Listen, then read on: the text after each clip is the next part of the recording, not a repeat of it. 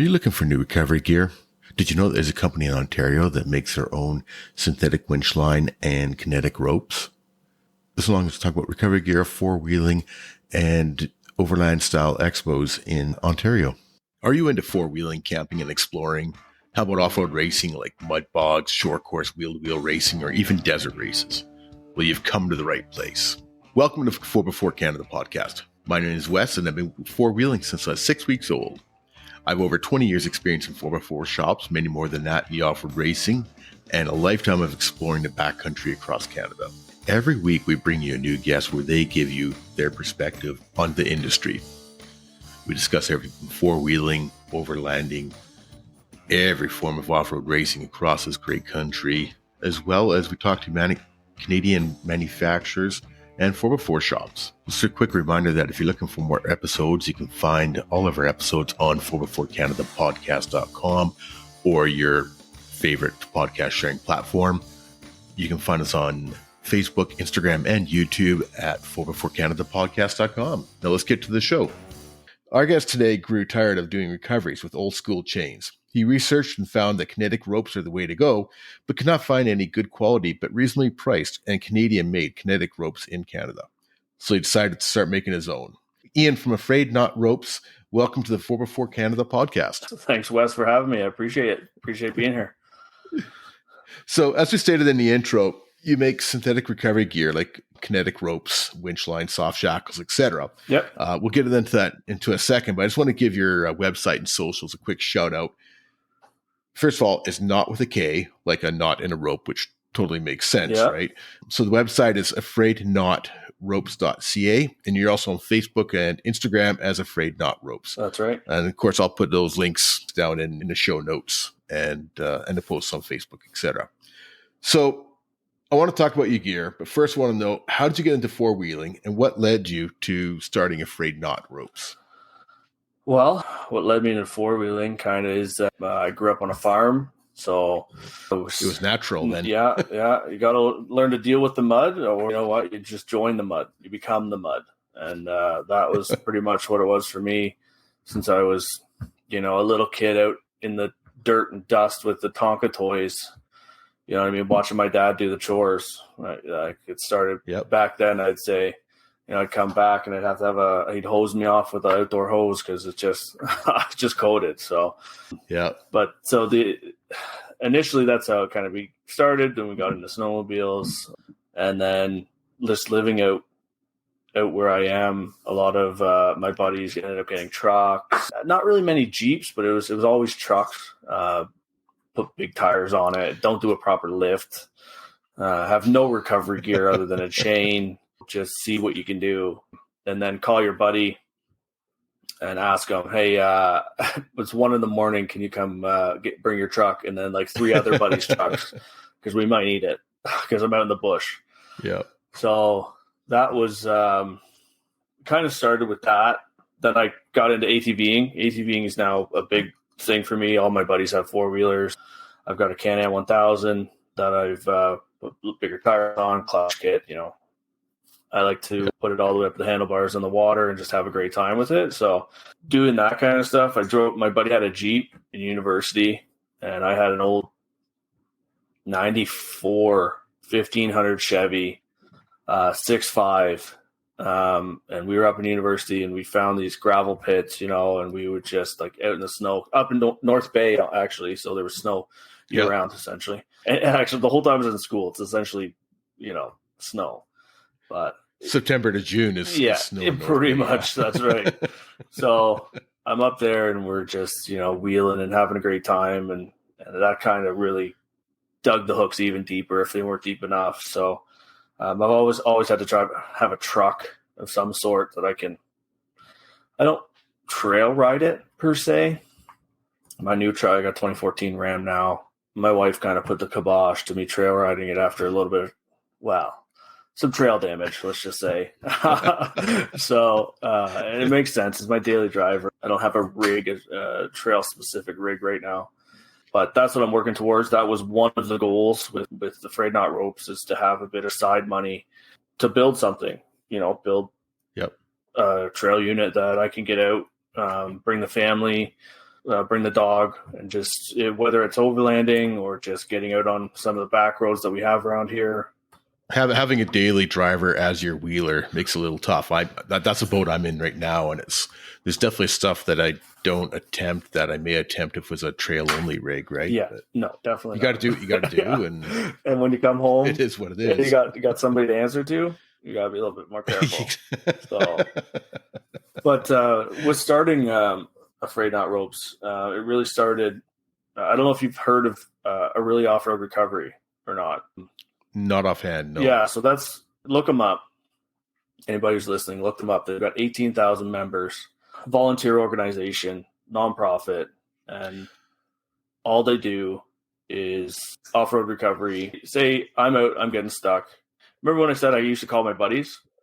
Now I just post on Facebook in this group, hey guys, stuck here. Here's a couple pictures of where I am and how I'm stuck. And there's 18,000 people across Ontario willing to come out and give me a pull. So the guy who runs it. And what is that called again? Just we'll throw that in the show notes as well. Orillia Off Road Recovery. It sounds like they're a business, but they're not. It's literally, you post on Facebook, the guy that's 10 minutes down the road sees it, comes and pulls you out. Right. Or the guy that's 2.5 hours away but is looking for an excuse to get his rig dirty, makes the trek, right? Yep. And yeah, we have the same idea in BC, the BC 4x4 recovery, or I think is what it's called. The same idea. Yeah. You get posted up, and we've been out, leaving the house at 10 o'clock to go get somebody that's an hour away. Same idea, right? So yeah, no, and that's great, and it's all volunteers, right? I mean, you offer them money or a case of beer or whatever, but most people don't expect it. So no, we don't allow it. Actually, if we hear that somebody has requested money, be respectful and understand people's rigs cost money, fuel costs money, and most people are willing to throw a little here and there. Yeah. But if you expect it or ask for it, you get a warning, and then that's it. Like, we're so strict with certain things. We don't allow trespassing, all that stuff. But so to get back to how it started is we were looking for sponsors. The guy who runs it and myself were kind of hand in hand getting it going, all the way from I think I was part of it from 500 members, not even. So we started working on it, and we wanted sponsors so that people could have, the 10% discount, whatever, get more people in. Right. And I couldn't find anything that was you look at the big guys in the States, and I'm like, I'm not spending $550 for a 20-foot rope shipped to my house, with duties. I'm just not doing it. I can't. Yeah. Can't afford it. Yeah. I was at the Barrie Flea Market, if you've ever heard of that. We were at the Barrie. You bet. Yeah, Barrie Flea Market. And a buddy of mine was there, and he sells seconds of ropes. So they're hollow, double braided, but they're hollow, so there's no core. And he just turns them into, ropes, 20 foot, 30 foot, whatever you can make out of each piece. And so I was just there. Oh, this was years ago. This was 5, 6, 7 years ago. And I was there, and I picked one up because I was like, I'm sick of this chain. It's rusty. I've got it in a milk crate in the back of my truck. You know what I mean? Just rattling around, pinching my fingers. You see some guy stuck out in the snow, and you have your good clothes on. And you're like, oh man, my wife is not going to be happy about this. Anyway, so I grabbed that, I threw that in the truck, and I started using that on recoveries. And I was like, man, rope's the way to go.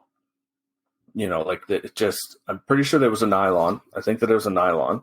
And so it had the stretch to it as well. And I was like, this is premium.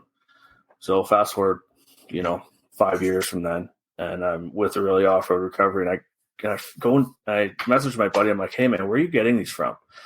What's the deal with these? And he's like, oh, we got a bunch still. Let me turn them into ropes for you. Charge you dirt cheap. And then I would charge dirt cheap on top. So it was $20 for one of these ropes. There's no guarantees. There's no whatever. It was just if you want a little rope that will work for most trucks. And then it just kind of snowballed, hailed, if you will. Within a year, I am where I am. I've got winch lines, soft shackles.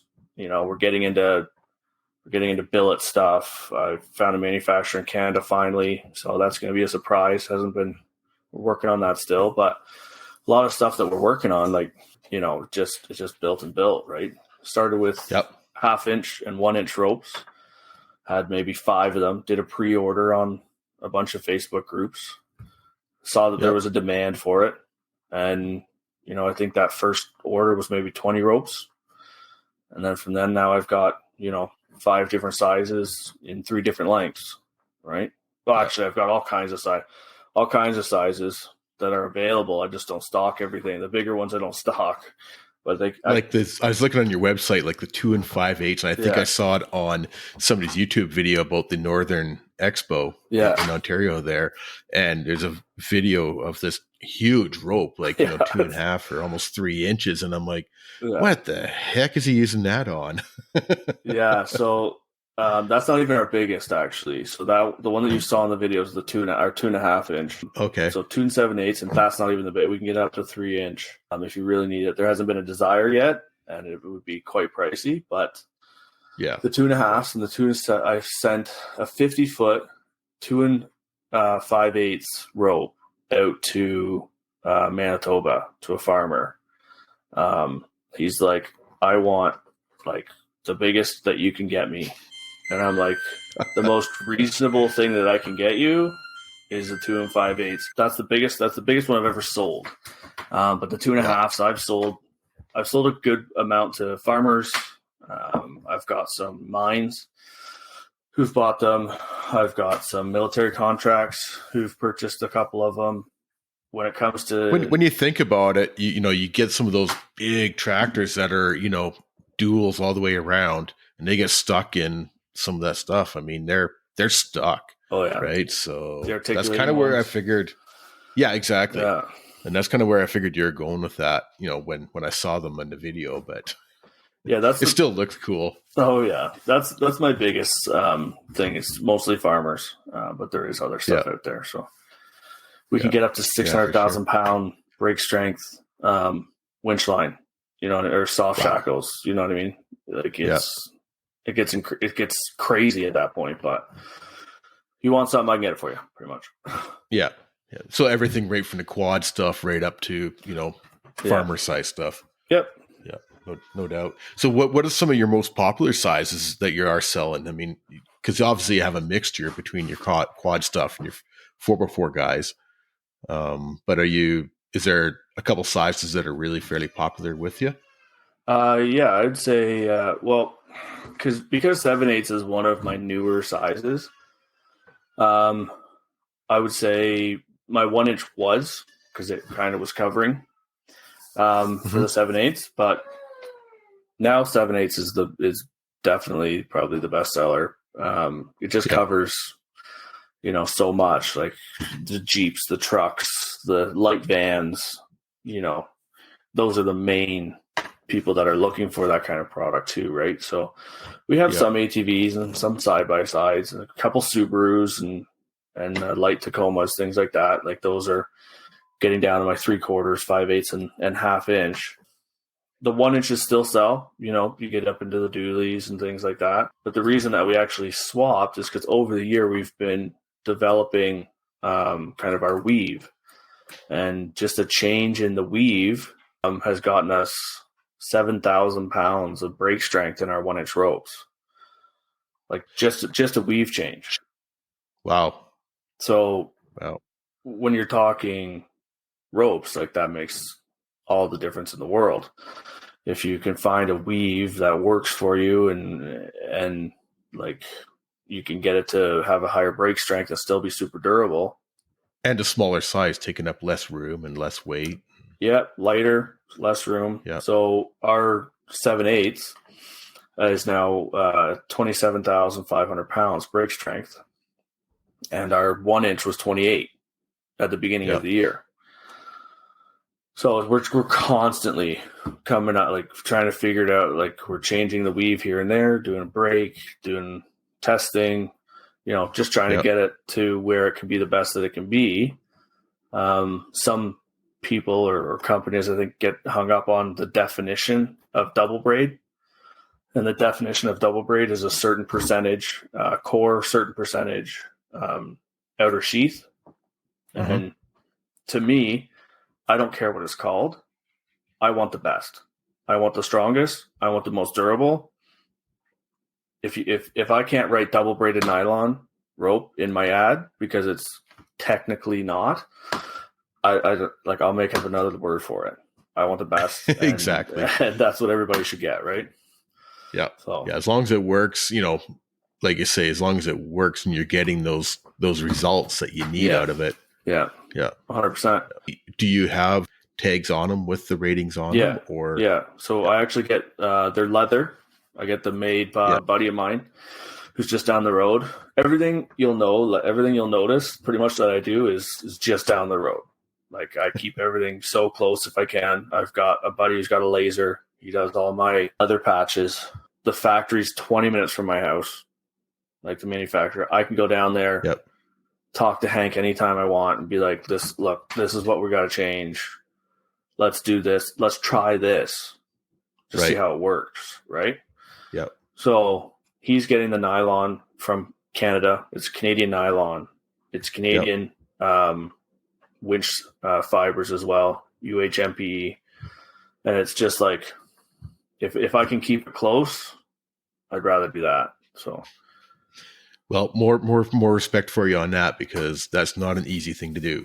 My job my full-time job is purchasing, and it's a tough thing, right? So the more power to you, keep it all Canadian based is, I could show you a picture. I could show you a picture of my Instagram requests, and there's like 6 Chinese rope manufacturers like on there at all times being like, hey, we can do this for a quarter of the price. And it's like, I click on it and I'm like, okay, well, let's just see, what are they all about? And I've seen some that look so similar to other manufacturers who are charging the same thing that I am. And I'm like, I don't know. Somebody's copying somebody, or they're genuinely getting it from this guy. And I get to see the prices. And I'm like, man, I could make a lot of money. But it's not worth it to me. I'd rather make less money, stick to my guns, support a family that I can go see, have dinner with, Yep. And that's like, because then they support the basketball team that their son plays on, right? Like that's... Exactly. That's one of the reasons for bringing companies on to, before Canada podcast is we've had, a few, Tim from TMR Customs and yourself, and I've got some more lined up, but is to work and promote these Canadian based companies, because like they're wheeling with the guys every weekend, or they're out there supporting not only the off-road or overlanding community, but, they're also sponsoring your kid's baseball team or hockey team and stuff like that. And you're also keeping Canadian employees working. So, definitely hats off to you for that, because it's not an easy thing to do. And you get a superior product too. Yeah. As long as you're getting a manufacturer that cares and wants to produce something that's good, you can't beat Canadian made. Like exactly. Yeah. 100%. There's some things out there that I've seen where it's just like, I don't know if this is actually Canadian made or they just put a stamp on it that doesn't look the best, and you're kind of like, man, that's disappointing. Like if you're Canadian made, I'd be willing to pay more for it. Yeah. Especially recovery gear. I mean, we've all seen the pictures of, recovery gear that has gone, or recoveries that have gone bad. And I mean, we're taught every time you're out there with doing the recovery, if you're not smart about it and don't have good quality equipment, you're taking your life and others' lives, people's lives in your hands, right? So, 100%. Yeah. We see that it gets posted all the time on the Orillia Off Road Recovery Facebook page there. And it's just like, because that's what people are doing, right? Like 18,000 members that's what they're there for, to go help each other or get helped. And people are posting all the time like this, that, like my buddy did this, and don't pull off the ball of your truck when you got a 12-inch drop hook. Like, it's just like, you know what I mean? Like, it's just, that's not what it's meant for. Exactly. So. Yeah, exactly. When it comes to recovery gear, it's worth putting out the money. It sucks at the beginning. I mean, I've had the Princess Auto recovery gear when I was living paycheck to paycheck, and it kind of worked, but it was like, it's worth putting out the money for recovery gear, right? So, and if that's what you can afford, you know what I mean? Like, by all means, like get the best that you can afford at the time. Yeah. Or focus your energy on one piece that you think that would be the most important to your wheeling. Are you always by yourself? Winch. Are you always scraping your undersides? Okay. Skid plate, lift, right? Yeah. Like, go out, take your vehicle out, whatever it is, try it. You know what I mean? On the trails that you're going to do, and then build it from there, right? So, like, I always recommend, probably one of the first things I recommend is a rope. If you're riding with your buddies, or if you're just driving around and you've got a truck and you see somebody in the ditch, and you can just give them a little tug, right? It doesn't have to be one of my ropes. It could be, whatever. Just make sure it's rated for what you're using it for. I'd rather see somebody safe and know what it's good for than some guy that grabbed a chain at the back and it's been there for 15 years and you don't know anymore, right? Yeah, exactly. And a lot of chains are not rated, right? I mean, no, it's, just old logging chain.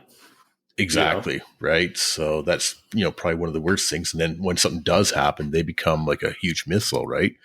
So that's probably one of my biggest fights with people. It's not a fight, but people come up to me and say, why do I need this versus I've got a chain in the back of my truck. And I'm like, all for it. Like, if that's what works for you, just be very careful. Like, I don't go to shows and tell people what to do. If you want to rock a chain. Just be very, very vigilant. Well, the big thing with chains is a lot of people are using them as a snatch strap, right? Kind of idea, right? And they're not made for that. No. They're made for a lifting or for tying down, and for static, right? For static, exactly. Yeah. And they're not made for that jerking motion. And I don't know, they just scare me. Steel fatigue is a real thing. You don't see it, and then you end up with 20 feet of chain coming around your tailgate if you're lucky, or through your windshield. The amount of farmers that have swapped over from chain and come to the rope, 50% of the people I spoke to were like, this is why. If somebody was in that cab, they wouldn't be here anymore. Yeah. And I'm just like, and that's why I really do try to keep things the best price that I can, especially for farmers on the big ropes, because they are really expensive. It's just the amount of nylon there is in a 2.5-inch, 30-foot rope. Like, it's just a lot of material. Yeah, it just is. Doubt. And it costs quite a bit of money because there aren't many people who can put a splice in a rope that big and have it good enough. So you pay for it, right? Yeah. And I've had all kinds of people message me and be like, I want to get rid of this chain. It's, let's go with a rope. Chains kind of scare me a bit, right? So, so you do the kinetic ropes, and then you also do soft shackles and synthetic winch lines as well, right? Yep, that's right. Yeah. So we do a multitude of sizes. I try to start with like the best fiber I can find. Right now we're getting it from Canada. It's great. It's one of the highest rated fibers that you can get. It's, if not equal to some of the top American brands out there.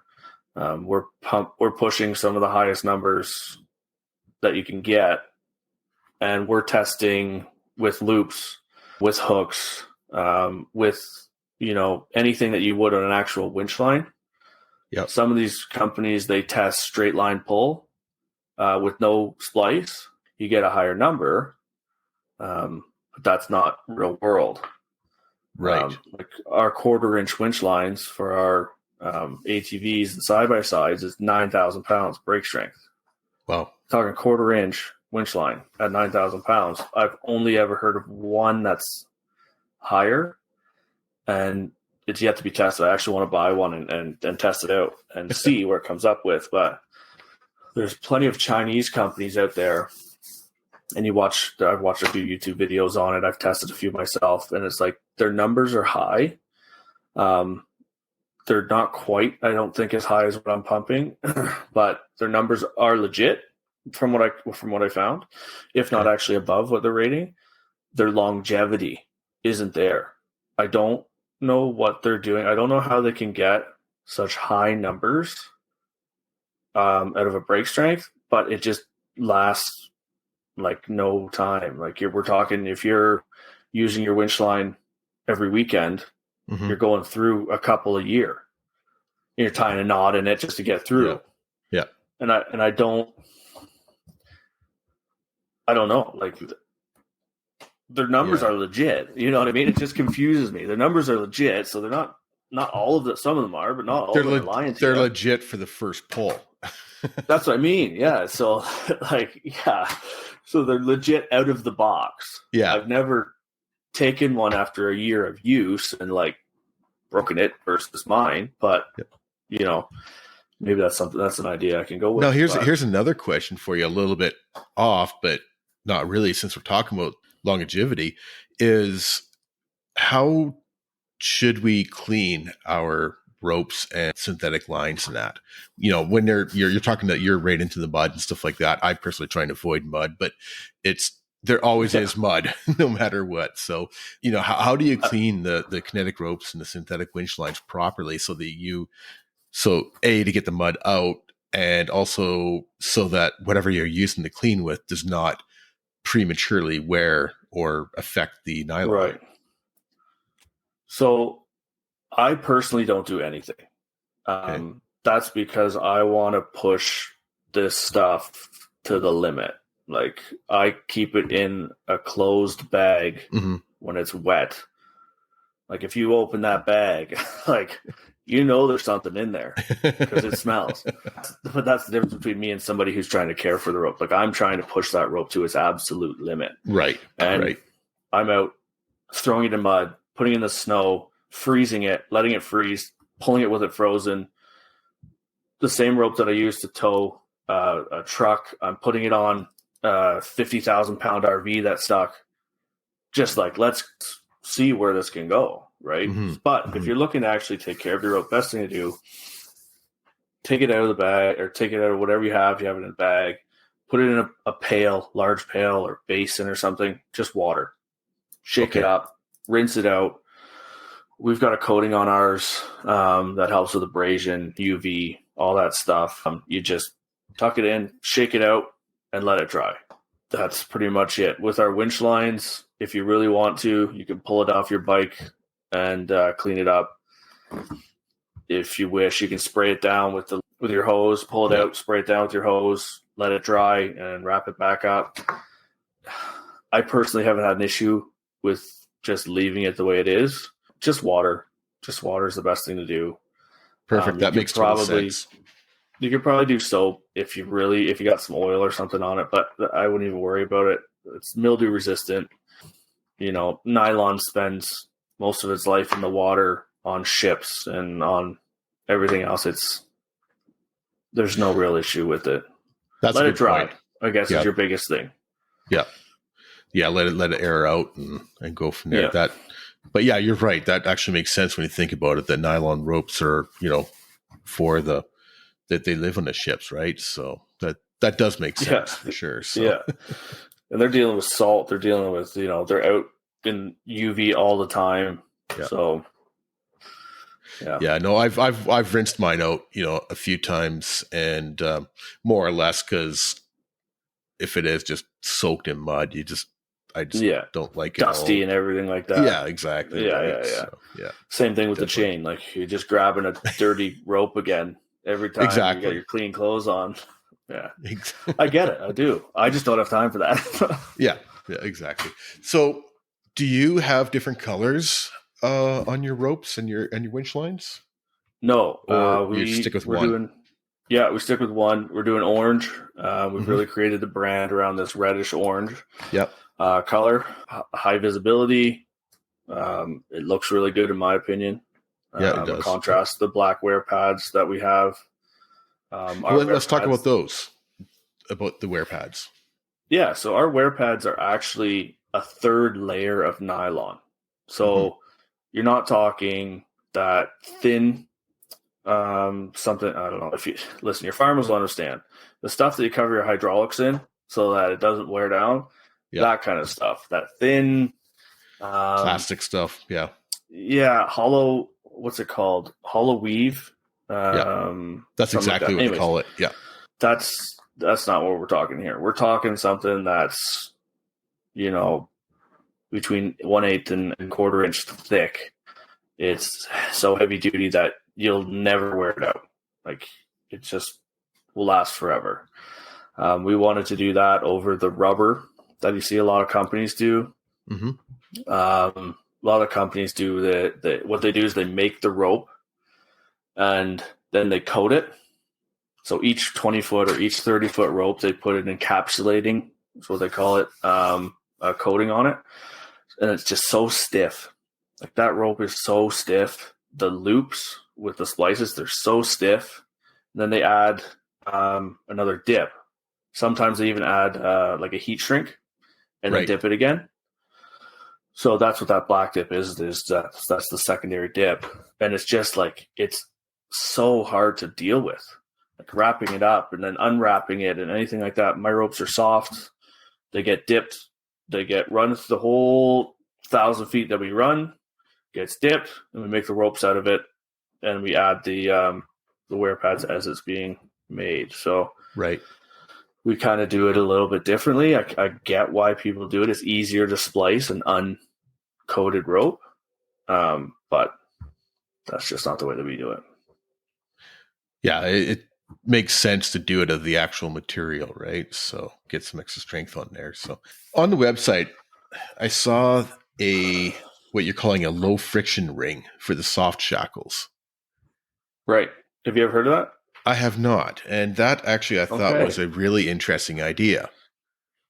It's the next snatch block. If you haven't looked up a low friction ring soft shackle, go on my website, check it out. Give me a call. I'll describe it to you, or I can describe it to you right now. Listen to the podcast. There we go. Yeah. Listen all the way through. Let's describe it now, but we definitely, people to your website for a visual thing. But I thought it's, like you say, it's the next snatch block.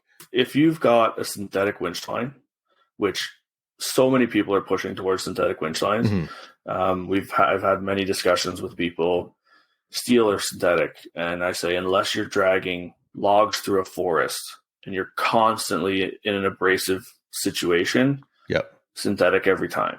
The only thing that steel winch cable beats anything in is the abrasion resistance.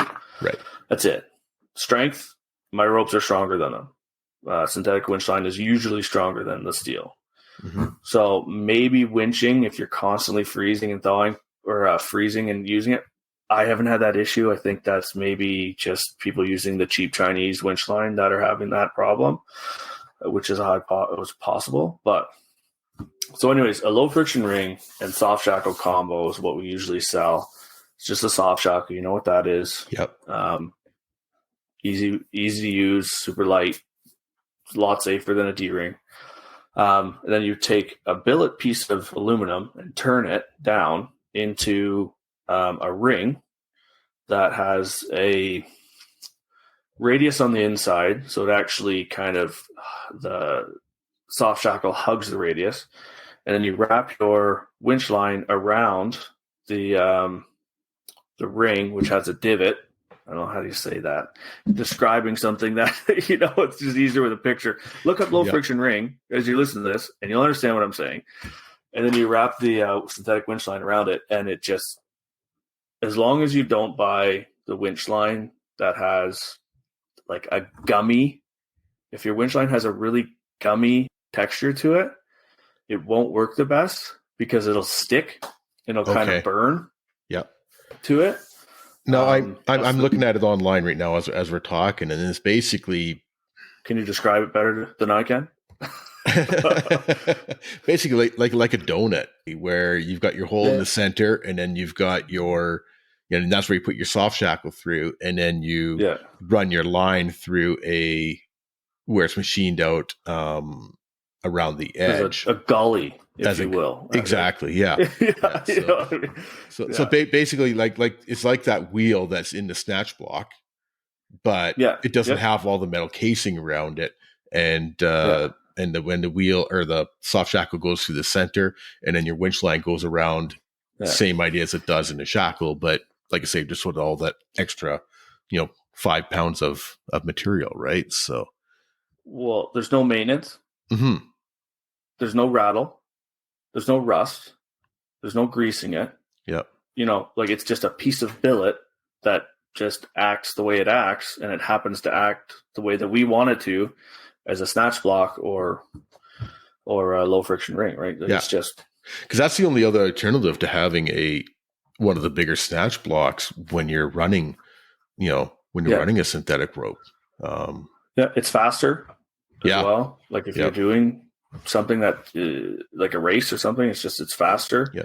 The sailing has been doing this for years and years and years.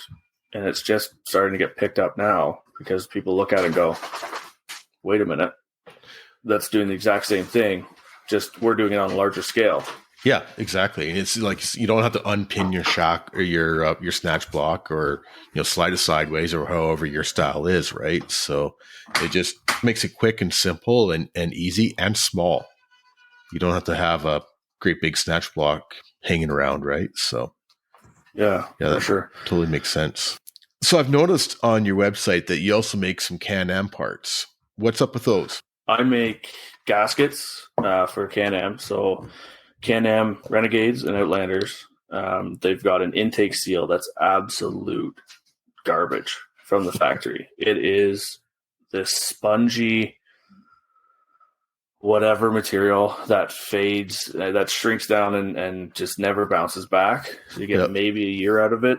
And Can-Ams, they come with a factory snorkel, and people are putting it, using them in the water. And they're wondering, like, how is their water getting in? I've sealed everything up. Yeah. It's this gasket. So that's one thing we do. We also do the trunks at the back. We do a gasket at the back. And then for the smaller Outlanders, the 450s to the 570s, there's a storage at the top that I've done as well. I'm working at more. Mm-hmm. It's just Can-Am is what I have at my house, so I can test it. Yep. It started out with there's only one company that I could find that does it in the States, and it would have cost me $90 to get it here. I'm like, no way. Yeah. So I called about 15 places in Canada, and we designed them, and now we're doing it. So I also do some billet stuff like shifter knobs. We're just going to get gas caps in. That's done by another company in Canada here. Mm-hmm. They're just in Quebec. And we also do the cover. There's a billet cover that you can get for that intake. So that's pretty much, it's out of necessity again. Yeah. I looked for it, couldn't find it in Canada, and was like, you know what, I can do this for cheaper and add free shipping because I'll throw it in the mail. Yeah. And it gets to you. Yeah. Right. Well, that's what maybe a bit slower, but that's has driven a lot of entrepreneurs in Canada is seeing a need for a product, whether they're starting right from scratch, like the gasket, and that, or just not being able to find something in Canada of good quality and, affordability. So that's where, not necessarily in the 4x4 or overlanding world, but even in the, aluminum window frames and stuff like that. No, it's 100% true. Yeah. If you look at windows and you go, you know what, I couldn't do it. I don't know anything about them, but, and you think that's $1,000 window, and you look at it, you take it apart, and you're like, there's nothing to this window. Yeah.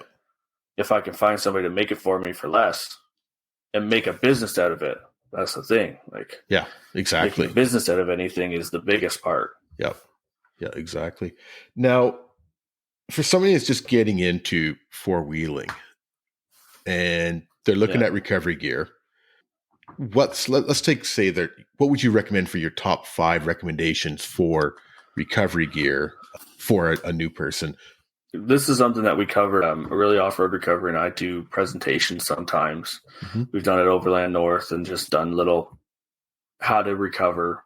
Where's your toe point? This and that. Easy stuff for newbies.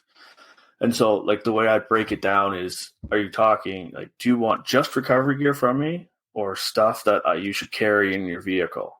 Because 5 recovery gear things, if I may, I'm going to say, do it for me. I'll do my list. For me, rope, winch, tire care, which is like an air compressor, sidewall repair, puncture kit, soft shackle, tree saver. So you can kind of put soft shackle with the rope, and you can kind of put tree saver with the winch if you wanted to, because it's really, you kind of need a kit. Yep. But if you're talking like, if you're going off-roading, you should have a first aid kit, food, water, the stuff that if something happens and you're out there, like a blanket, let's say, it's fall. If something happens, you're good. Yeah. Like, you don't have to worry about it. You can get through the night. Fire starter, like, all those are survival things. I guess you can call that survival. But I have a bag or a backpack in my vehicle, and I've had it in there for years. It's sort of I call it my bug out bag. It's got spare wool. It's got spare socks in it. It's got how does the fire starter and exactly all that kind of stuff, right? Some granola bars. A couple of bottles of water. Just things to get you through the night. Right. Yeah, exactly. Because there's a recovery that I remember I went to. It was an hour for me, but nobody was getting back to them. We were still pretty small at the time, and nobody was getting back to them. And I'm laying in bed, and I'm like, man, it's like -10. Oh, these people don't have blankets. They don't have anything. I look over at my wife. She's like, "Are you gonna go?" I'm like, "Yep." I got it. Like, I have to. Yeah. These people are like, they're going to have a really bad time. So, and I went, and they had a 3500 diesel, big tires, 6-speed Cummins, like something that, and it was stuck. And I just had my 1500 truck on summer tires in the wintertime. You know what I mean? Like, I didn't even know if I was going to get down the trail, let alone rescue them. Right. So I just brought blankets. I brought some food. I brought some water. I was like, you guys drop, I'll get to you. At least you'll get through the night. Yeah. And we'll see if we can get you out while I'm there. And this is when I just had started with the ropes. So I had one of my ropes, and I was still kind of testing and whatnot. And I got there, popped them out, no problem. And, it just always reminds me, like, just have a little kit. It doesn't take much, some granola bars, Yeah, like I say, throw something in a backpack, and it doesn't have to be mine's a big backpack, but it doesn't have to be a big one. It could just be small, like you say, some water, some, I got some energy gels in there, and some Cliff bars, and perfect, stuff like that, right? So, and extra gloves, extra socks, because once you get wet, that's one of the worst things, especially in the winter. Yeah. Once you get wet, then it starts getting worse and worse. And first aid kit is definitely high on the list. I did a recent interview with Wild Med Kits, and heard that one too. And he answered a lot of questions that I had in regards to first aid kits, and hopefully I never have to use one. But that's definitely another thing that should be in every vehicle. And I think one thing too is a lot of people don't pack is a shovel. It's amazing how far or how much you can get, with this just shovel, right? So bag of salt in the wintertime. Yeah, exactly. Or cat litter or whatever. Just whatever you ride, whether it's, down in the sand and you bring a shovel and, something out, anything that you need, like, just try to bring it with you. Because there's going to be a day where you get to a point where you're like, crap, it's 10 o'clock at night. I mean, it may never happen in Ontario because of groups like Orillia Off Road Recovery, but and you're going to stay the night. Yep. Like, you're out there. Yep. Just plan for it, right? Yeah. That's all you can. Yeah, I've had to do the 10-mile walk back to get into cell service. And the shame. Then you got walking another 10 miles to get back to your rig. Exactly. Yeah. But it's a matter of being prepared, right? So it doesn't take much. And that's the other thing too. If people are starting off and they're on a budget, like you're saying earlier, just start off with one thing, make sure it's, work within your budget, but hopefully a good quality product, whether it's a kinetic rope or whether it's, a first aid kit or a shovel or whatever. But or there's lots, or a winch or whichever, right? Yeah. But just start doing those mods. I tell a lot of times I say, I'd actually almost rather see people drive their vehicle stock for a year and get the recovery gear and get all those, learn about their vehicle and, to get the recovery gear and all that first before they start modifying it. So that, because the more you modify, the deeper in the woods you're going to go, and you're not going to have the gear to get you back out. Right. Exactly. Like you put big tires on it. You put, you got your lockers, you got this, that, and the other thing, but you're sitting there like, oh man, I've never been stuck. This thing's unstoppable. Yeah. You're going to find that spot that stops you. And then what? Exactly. Right. Exactly. And I think, sticking with people that are new to the sport, and I've really seen, and I'm sure you've noticed it too, over the last 2 or 3 years, how much the sport has exploded. Oh, huge. Right. The pandemic definitely. So there's a lot of new people out there. And I think one of the biggest things is joining a club. So whether it be, like your guys' recovery club or the Northern Lights Four-Wheel Drive Association in Ontario or the Four-Wheel Drive Association of BC and getting involved in doing some of those, what they call newbie runs and things like that. Right. Yeah. So Overland North, OF 4-Wheel Drive. Those guys are all in Ontario. Yep. Orillia Off Road Recovery, they do rides. There's probably a ride, if not at least once, maybe 2 to 3 times a month that they're putting out. So so definitely recommend getting involved in that. And I know like the Four-Wheel Drive Association in BC does a program. It's called Wheeling Wisely. And they're actually there's quite a number of people that went down to the States and spent a lot of time and a lot of money getting certified training. So they're actually certified by these guys that teach people all around the world. And so they do these programs called Wheeling Wisely.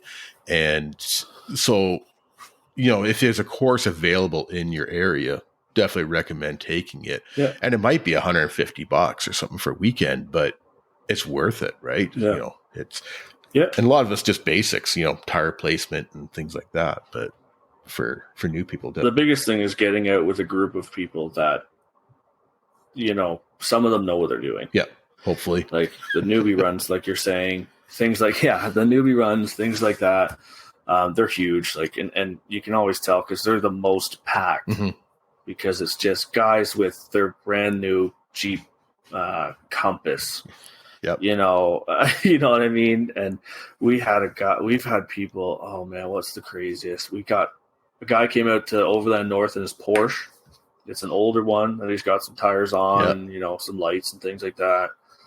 I'm not talking SUV. I'm talking like the actual Porsche car, not the Cayenne. Yeah. No.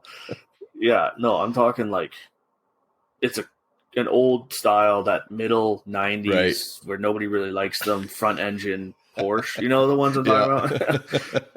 he's got tape Xing his headlights out, like just that rally style look, and it looks really good. He says he runs it off road. I have nothing to say he doesn't. I saw a guy Pontiac Vibe with some tires on it. Yeah, like you know what I mean. If you want to go off roading, you can get to a lot of places with nothing. Yeah. Yeah, I've seen a lot of cars. I've seen a lot of cars where I didn't expect to see cars, right? So, yeah. But there's also a lot of good events. Like I know there's some events in Ontario and I keep on mentioning BC because that's where I'm from. But they've got I think it's called Jeepalooza down in Vancouver Island, and that we used to have an event here in town where it was a fundraiser for breast cancer, and we had like 65 vehicles out on a run kind of idea, and a lot of the people had never been never put it into 4-wheel drive before. And because it was done through the local dealership, but they were so excited and the smiles on their faces. And so, yeah, definitely if you are new to it, don't be afraid. Just, hook up with some people that, in some of these forums or on Facebook or whatever, and just do it. You don't need the 42-inch tires, and all that stuff at the beginning. Like my puts a smile on your face, just driving down some dirt roads. My Tacoma's mostly stock, and I'm out with a friend. He's got 40s on his truck, and he can go farther than I can. But for the type of wheeling that we do, it works great for me, right? So you guys have bags where people can put their ropes and that in. Yep. And so we have kits. We have a section on the website called Build Your Own Kit. You can pick a bag, you pick a rope, you pick soft shackles, you can put a low friction ring in there. You can add a winch line. There's more stuff coming. Yep. I promise you that. We're working on about 7 new products we're hoping to have done by the end of the year, at least for pre-orders. I like doing pre-orders, see if there's a need for it, get it out there. So pay attention to pre-orders. Oftentimes the pre-order is a bit cheaper. So pay attention for that. The bags that we're getting are from Adventure Trail Gear. Okay. Yep. If you've heard of them, he's pretty popular in the bag industry in Canada. Yep. And he stitches them himself. Him and his buddy run this company. There's a couple of Sawyers. Is it called Sawyers? Not sure. People who sew. Oh, I don't know. Tailors. Embarrassing myself here. Nick would come over and be like, smack me in my face. Sawyers, he'd say. Yeah. Anyways, so he's a great guy to deal with. He's designing bags left, right, and center. Yep. He's constantly working on stuff made in Canada out of top quality material. Yeah, 100%. Beautiful. That's who I'm going with. We go to shows together. Oftentimes, if you see my booth, his booth is right beside me. And Go Treads. So it's usually Kevin from Go Treads, me, and Adventure Trail Gear, Nick. And it's just the three companies we help each other work out, together, build each other out. Yeah, exactly. Yeah. So one of always the last question we do on the 4x4 Canada podcast is, who would you like to listen to as a guest on the show? I'd like to recommend you get in contact with Orillia Off Road Recovery. Mm-hmm. A lot of people have a lot of interest in what he's saying. I'd love to see that grow. That's one. Nick from Adventure Trail Gear, and then Kevin from Go Treads. It's actually funny. I have them open. Both of those guys. I have their websites open in my browser, and I just got to send the email off to them. They're definitely on my list. I can be your contact. Yeah, I can be your contact. No worries. Kevin would absolutely love to probably get on the air here. He's a good guy. Nick, he's a little bit busier. Right. Might be a little bit more difficult. He's got kids and whatnot, but he'll definitely try. Anyways. Overland North. Mm-hmm. Christian from Overland North. Give him a shout. I'd love to see them grow into something big too. So let's talk about the Overland North. It's something that a lot of people that are outside of Ontario may not know about, or even in Ontario may not know about. Yeah, so Overland North is what they're doing is they're doing 2 events every year. They might push it to 3 eventually. I'm not sure, but the first one they're doing, it's in Albany Hills. It's in Ontario. You can camp for the whole weekend. There's vendors. Obviously, I'm there as a vendor.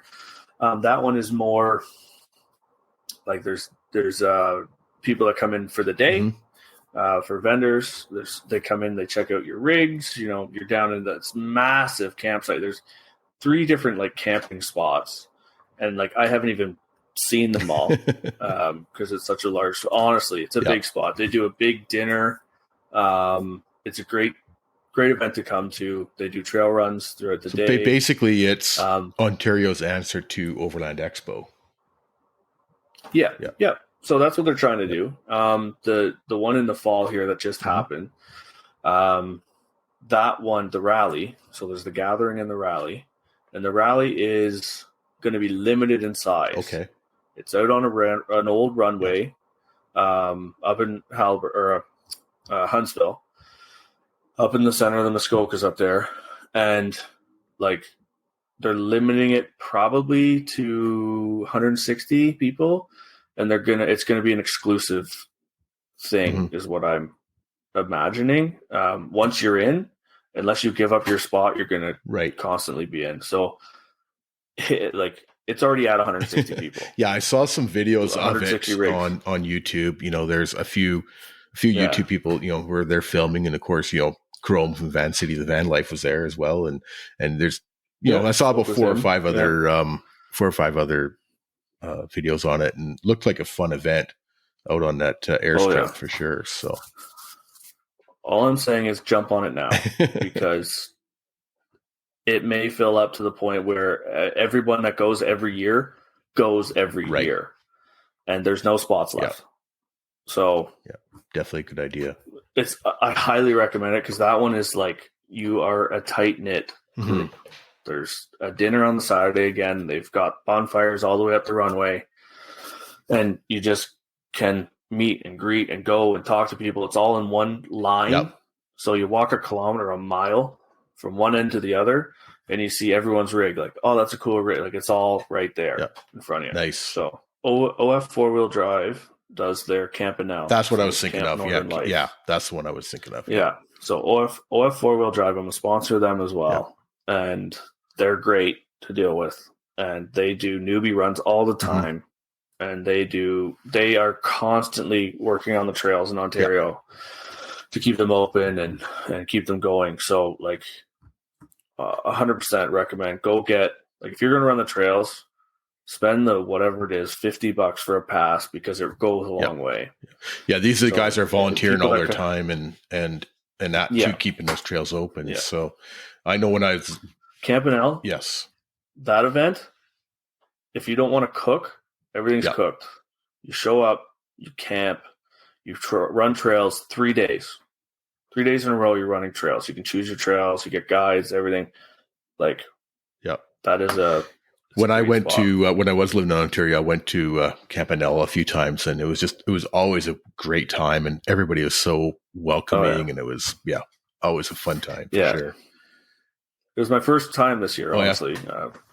I started sponsoring them, and I got in touch with them, and they're like, "Come on out to Campanelle, like this."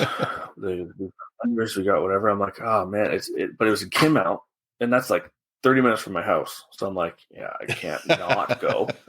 You know, like, be foolish. Yeah, exactly. But I had a wedding on the Saturday, so I got up there, set up, hung out for the Friday, came home for the wedding, went back up and packed up on the Sunday.